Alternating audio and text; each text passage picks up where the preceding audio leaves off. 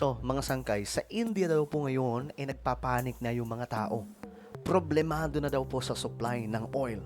At isa pa po sa bad news ngayon sa international ay yung Strait of Hormuz ay tuluyan na daw pong sinara ng Iran.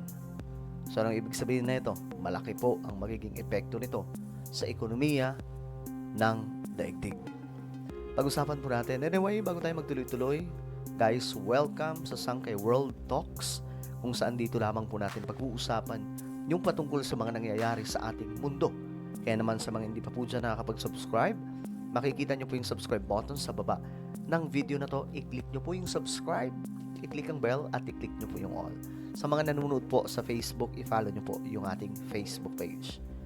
Okay.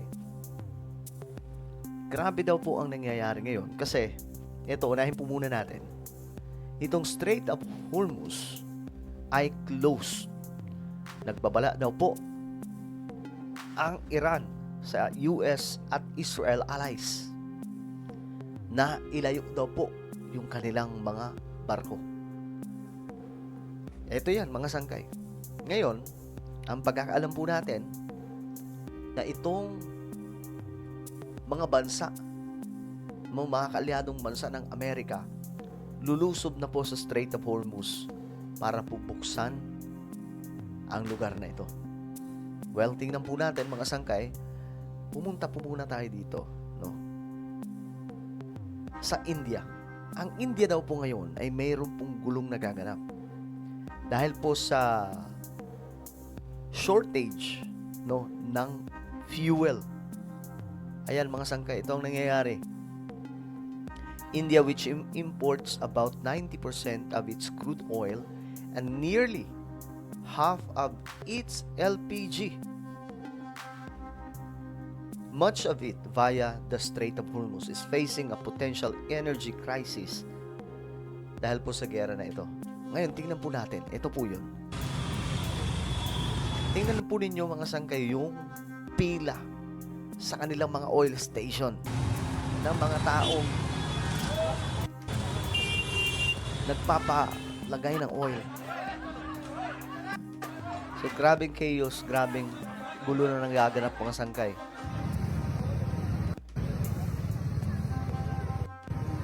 Grabe. So, ito yung situation ng India. Magulo ang mundo dahil po sa digmaan na ito. At tandaan nyo, mga sangkay, wala pa po tayo sa regional war. Wala pa po tayo sa World War III. How much more, guys, kung mapunta po tayo sa situation na gano'n? Diba? Gano'n po alala, mga sangkay. Sa Pilipinas, wala pa pong ganitong klaseng nangyayari. Hindi pa po ganitong, tignan nyo po, mga sangkay, yung tao.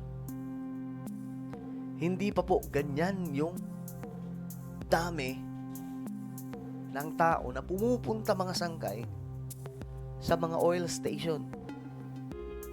May pila, mga sangkay, sa mga jeepney. May pila sa mga taxi. Pero hindi po ganito. Ibig sabihin, mga sangkay, ganyan po kalala yung problema ng oil ng India ngayon. Napakadami pa naman pong mga, ang laki po ng populasyon ng India. Number 1 po sila ngayon sa may pinakamaraming populasyon sa buong mundo. I think sila number 1 ata kasi. Sila number 1. Nag-uunahan lang sila ng China kasi minsan China. Tapos India na naman. Ngayon, India, mga sangkay. So, fuel shortage sparks widespread. Buong India, ganito po ang nangyayari. How much more kung ganito ang nangyayari sa Pilipinas? 'Di ba? Wala pa po tayo sa stage na ganito. Ginugulangan po tayo ng mga oil companies. Pero hindi pa po tayo ganito po kalala, mga sangkay. Grabe, oh. Ayan, nag-away-away na po, mga sangkay.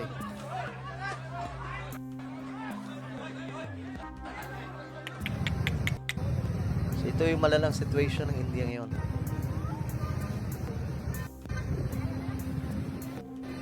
Grabe, man. Tingnan nyo yung tao sa mga oil station nila. Oh my goodness.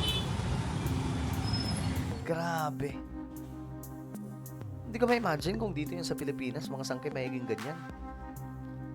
Siguro baka hindi na lumabas tayo ng bahay kung ganito na po kadami, ganito na po kagulo. So ganyan po kalala mga sangkay sa India ngayon. At ang matindi pa po dito, ayon sa report,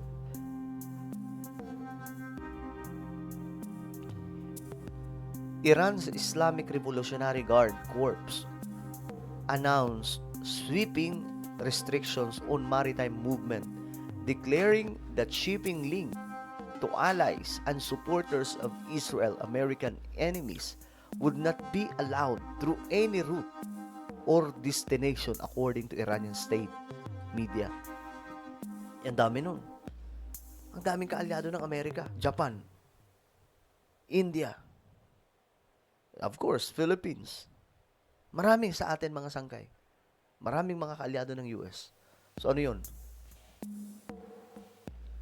Papaano yung Saudi Arabia, UAE, Qatar, na pinagkukunan din po ng oil.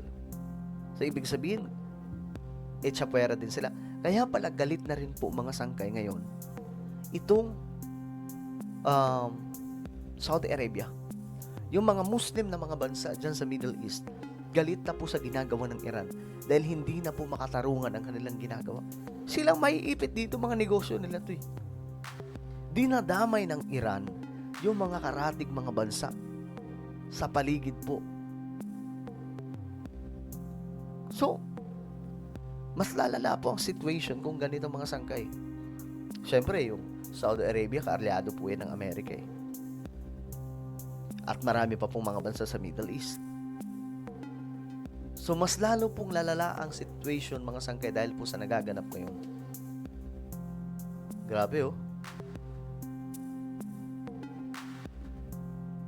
Strait Hormuz has been effectively closed, warning that any vessel attempting to pass through the crucial corridor would face harsh measures. State media also reported that 3 cargo ships of different nationalities were forced to turn back after receiving warnings mula daw po sa Iran Navy in a statement published on its SEPA News platform.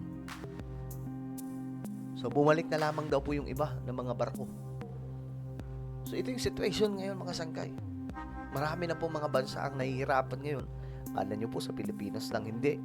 Mas malala pa po ang nangyayari, especially ngayon sa India.